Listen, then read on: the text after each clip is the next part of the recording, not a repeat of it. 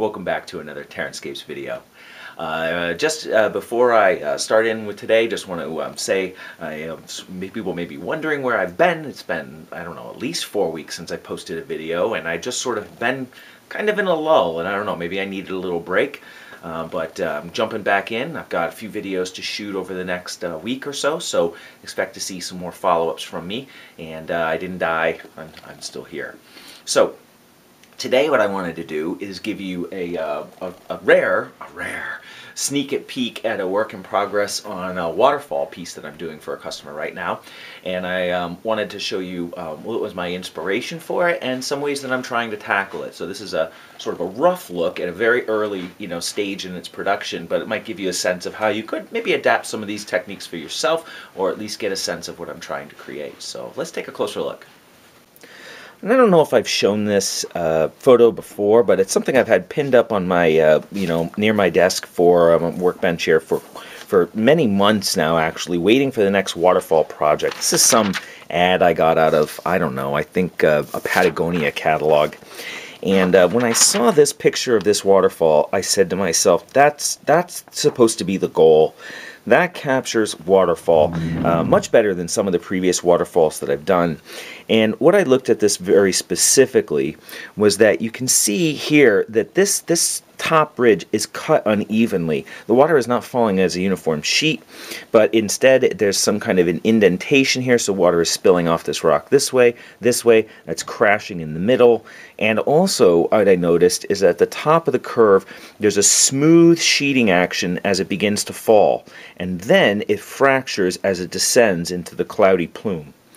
So I realized those are the two things that really I haven't been doing well in my previous waterfalls, is creating this irregular flow off the lip and getting that sheeting action. So with that in mind, I've tried to take a very different approach to my current waterfall. So before we talk about the surface, this is an extension to the end cap the end cap set really, that I've been building for a customer probably over the period of the last year or so. Now the end caps, if you haven't seen the previous videos, and there are several showing other sections of this, and explains a little bit about how they're supposed to be used, so you can go back into the YouTube, way back beyond machine and see those. But basically, just as a quick idea, it's a designed a stack of foam that represents a hillside that can then be used at a table edge or to create a plateau. So this is stacked up about 6 inches of foam on top of a normal board.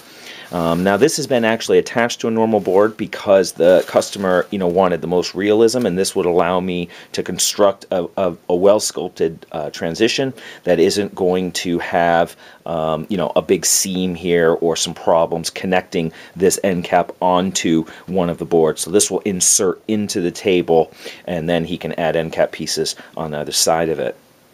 So the river is cut with the sort of Martian river theme that I do on my site, which is the sculpted textured edge but finished with the verdant green look. And originally, when I've done waterfalls with a 6-inch height in the past, I've done it as a single drop. Maybe not 6, maybe it was 5 inches as a straight drop.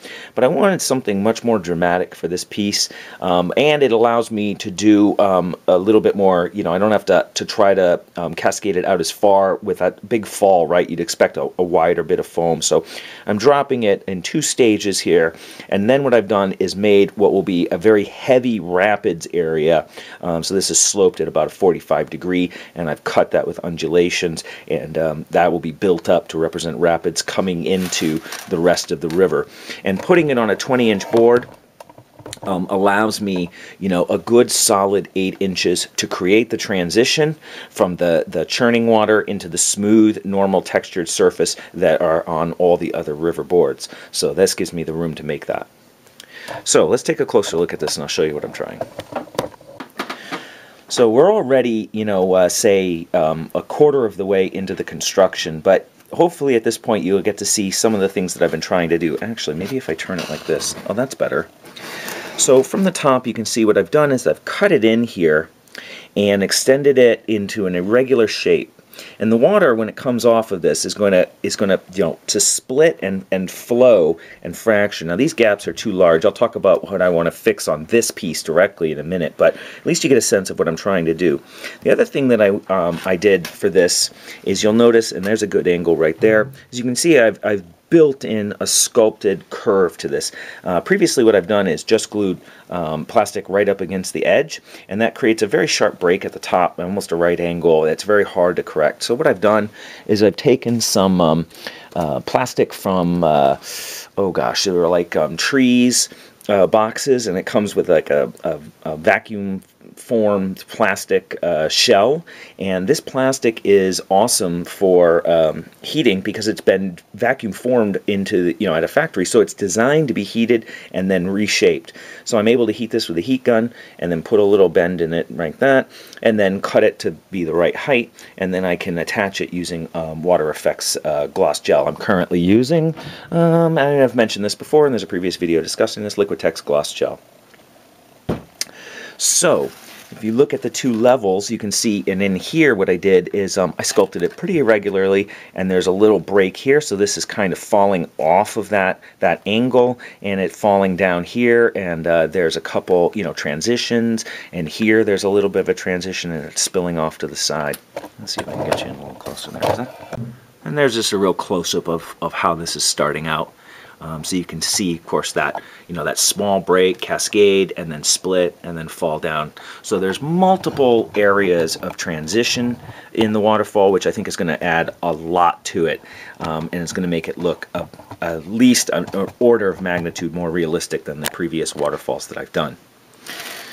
But that does not mean that all the problems are solved yet. If you notice, and especially looking on straight here, there's some really large gaps between the plastic, and I kind of knew that as I started, and I figured what I'd do is coat this with gel to make that split as it falls, right? Because as the water sheets, it's coming apart with this indent, right? It'll be all turbulent down here.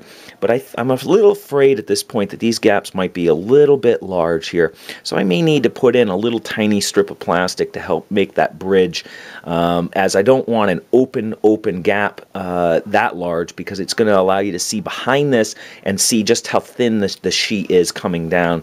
And we're really trying to create an illusion here, and that's something I have to work on some of the edges in any case, but it's this is, I don't know, a little bit too big, so I'm going to work on that. And of course, areas like the rapids are going to need much more building up. Now, one of the things that I've noticed in working with waterfalls in the past is that I've been concerned about having the behind, look proper, because I'm expecting this transparent look. But when you look at a waterfall, you can't see through that. Right, that's completely opaque except for where some of that thin sheeting action is occurring. But otherwise, except for this one spot really right here, you can't really see the underlying substrate very well at all. And what I've been doing on previous waterfalls is doing a lot of painting of whites and building up these layers really thickly, and it ends up being opaque. So at this stage, while you can see through many of these areas, this will not appear in any way in the final iteration of this, as these layers have yet to be really built up to their full thickness, and then it gets subsequent paint added to it. So that gives you a little look of a work in progress of I guess you might call it a 3-tiered waterfall, but in my mind it's really a 2. So that gives you a look at the waterfall in progress. I haven't done an in progress shot before, but I wanted to show the customer a little bit about what I've been working on, and hopefully get him as excited as I am about it, because I think this is going to be a pretty standout piece when I get done with it. But I want to take my time, and there's a lot of areas to detail on the water, but I think it's going to be a stellar piece when it's finished. So keep your eyes tuned to the channel for updates on it in the next week or so. And I have a couple other videos coming out as well. I've been doing some new desert effects to go with the Martian board set, and I've also been working on a shore board set, and I have some ideas about how to do surf with that. That's something else I want to work on. So I don't know, it's kind of like a water theme maybe for the week, but those videos will be following fairly shortly, hopefully faster than 6 weeks. So thanks for sticking with me and joining me for another video, and keep your eye on the channel. I will be back pretty soon.